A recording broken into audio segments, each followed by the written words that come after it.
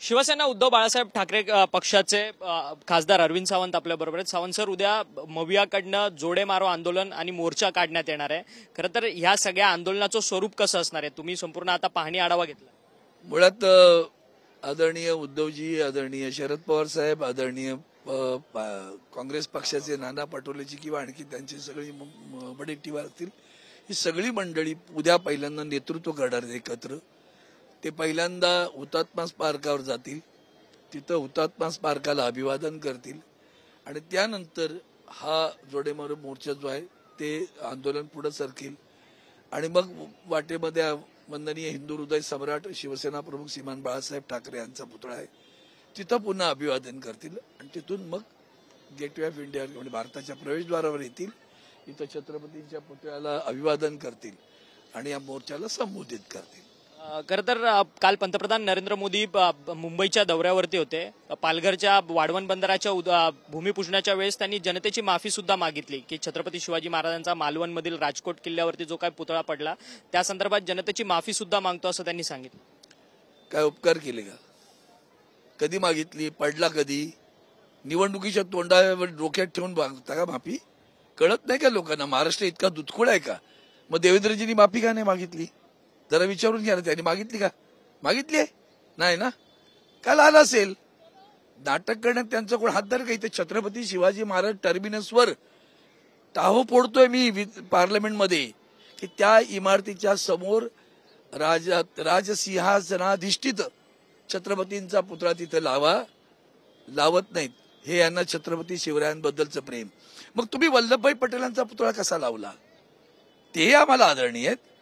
त्यांचा पुतळा लावताना तुम्हाला नियम येत नाहीत, छत्रपतींचा पुतळा लावताना नियम आडवे येतात का? नाना शंकर शेटांचं नाव देताना तुम्हाला नियम आडवे येतात आणि जे मुंबई महापालिकेने मान्य केलं, राज्य शासनाने एकमुखी ठराव पास करून पाठवला, नाही करत ना तुम्ही? मराठी भाषेला अभिजात भाषेचा दर्जा दिला का हो? छत्रपती शिवरायांची मराठी भाषा, संतांची, मतिमंतांची, कीर्तिवंतांची, नीतिवंतांची ही भूमी, त्या भूमी त्यांची मराठी भाषा, ज्ञानोबाची, तुकयाची मराठी भाषा, त्या मराठी भाषेला अभिजात भाषेचा दर्जा मिळत नाही। आणि आज महाराष्ट्र छत्रपती शिवरायांचा महाराष्ट्र, ज्याला सुभेदाराची सुनेला खणा नारळाची ओटी भरून परत पाठवणारी छत्रपती शिवराय, तिथे महिलांवर अत्याचार होतो, त्या शिवरायांना सुद्धा कदाचित आतून येणार असेल, इथं उभं राहणं ठीक नाही। मी इतकं लांछनास्पद कारभार इथं सुरू आहे, त्याचा परिणाम म्हणजे तो पुतळा पडला, त्या पुतळ्यातला भ्रष्टाचार उघडकीस आला। पंतप्रधानांना उद्घाटनांची एवढी घाई असते, ते आम्ही पार्लमेंटमध्ये पण पाहिलंय, तेही कळतंय। निवडणुकीच्या तोंडावर अयोध्याच्या मंदिराचं उद्घाटन, तेही कळतंय। काय गळत नाही ते सांगा ना? किती जणांची माफी मागणार तुम्ही? मी माफीबद्दल सत्रच चालू राहणार तुमचं आयुष्य। मवियाच्या या संपूर्ण आंदोलनाला पोलिसांनी परवानगी दिली आहे का? आता तुम्ही पोलीस उपायुक्तांचा विषय मला वाटतं येत नाहीयेत, कसा येईल ते करतील। पोलिसांचं सहकार्य आहे, स्वतः पोलिसांचे ऍडिशनल कमिशनर जिथे आलेले आहेत, डीसीपी इथे आलेले आहेत, ते सगळी तयारी पाहतायत आणि त्यानुसार ते होईल।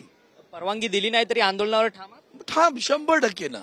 महाराष्ट्राला कलंकित करण्याबद्दल सुद्धा आंदोलन करायचं नाही, छत्रपती शिवरायांचा अपमान झाला त्याच्यावर बोलायचं नाही, आंदोलन करायचं नाही। पण मला आश्चर्यच वाटतं, हे काय इंग्रजांना विचारून आम्ही आंदोलन करून देश स्वराज्य मिळवलं का? नाही ना। त्यामुळे आपल्याला हे कळलं पाहिजे। मुळात आमचं काम आहे त्यांना कळवणं, परवानगी देणं त्यांचं काम आहे। चंद्रशेखर बावनकुळे भाजपचे प्रदेशाध्यक्ष आहेत, ते म्हणतात की ह्याचं सगळं भांडवलीकरण कुठेतरी विरोधक करतात, राजकारण करतात। या आंदोलनाला आम्ही देखील आंदोलनाला उत्तर देऊ असं त्यांचं म्हणणं। म्हणजेच का मग राजकारण तुम्ही नाही करत का? याचं उत्तरच ते आहे ना, तुम्ही राजकारण करता, आम्हाला नाही राजकारण करायचंय। दुर्दैव आहे महाराष्ट्राचं, या विषयाला सुद्धा तुम्ही राजकारणाचा रंग देताय ना, हे दुर्दैव आहे। याला राजकारणाचा रंग तुम्ही का देताय? संवेदना सगळ्या उभ्या महाराष्ट्राने दाखवलेली आहे, ती तुमच्यात नाहीये। तुम्ही आयुष्यभर राजकारण आणि निवडणुका याच्या पलीकडे हा देशातला एकमेव पक्ष आहे, दिवस रात्र राजकारण आणि निवडणुका याच्या पलीकडे विचार करतात का? विचारात त्यांना। काल पंतप्रधान नरेंद्र मोदी यांनी माफी तर मागितली, परंतु त्यांनी सावरकरांवरती देखील त्यांनी भाष्य केलं। ज्या सावरकरांना शिव्या काँग्रेसने दिल्या त्या सावरकरांची माफी काँग्रेस मागणार आहे। हीच तर की आता त्याने विचारा बावनकुळेंना, काय संबंध होता, विषय का काढला? कळत नाही का? महाराष्ट्रात आल्यानंतर एवढं तुमचं सावरकरांवर प्रेम आहे, श्रद्धा आहे, आदर आहे, 10 वर्षात त्यांना भारतरत्न देऊ शकलात का नाहीत? त्याचं पहिलं उत्तर द्या आणि मग बाकीच्या गोष्टी बोला। महायुतीमधले मंत्री आहेत तानाजी सावंत, त्यांनी बार्शीच्या दौऱ्यावरती होते. शेतकऱ्यांची त्यांनी थेट अवकात काढली. शेतकरी सुपारी घेऊन प्रश्न विचारतात अशा पद्धतीने त्यांनी त्या संपूर्ण मेळाव्यात त्यांनी स्वतः सुपारीबाद पासलेली माणसंच असं विचार करू शकतात. त्याच्यावर न बोललेलं बरं. त्याचं नाव कोणी ठेवलं तानाजी तेच कळत नाही जायला. खरं तर धन्यवाद. तुम्ही आमच्याशी बातचीत केली. हे होते खासदार अरविंद सावंत. उद्या आमचं आंदोलन आणि जोडेमारो जो काही मोर्चा आहे तो होणारच आहे आणि आम्ही परवानगीची वाट बघणार नाही. खरं तर छत्रपती शिवाजी महाराजांचा जो काही पुतळ्याचं दुर्घटना झालेली आहे ती अत्यंत निंदनीय अशी गोष्ट आहे आणि त्या सगळ्याच्या संदर्भात भावना ज्या आहेत त्या महाराष्ट्रातल्या जनतेच्या तीव्र झाल्यात आणि त्याची प्रतिकृती जी आहे ती उद्याच्या आंदोलनात उमटेल असं जे मत आहे ते अरविंद सावंत यांनी आपल्याशी बोलताना केलं. व्हिडिओ जर्नलिस्ट गणेश मोरेसह अक्षय मंगणे, टीव्ही 9 मराठी, मुंबई.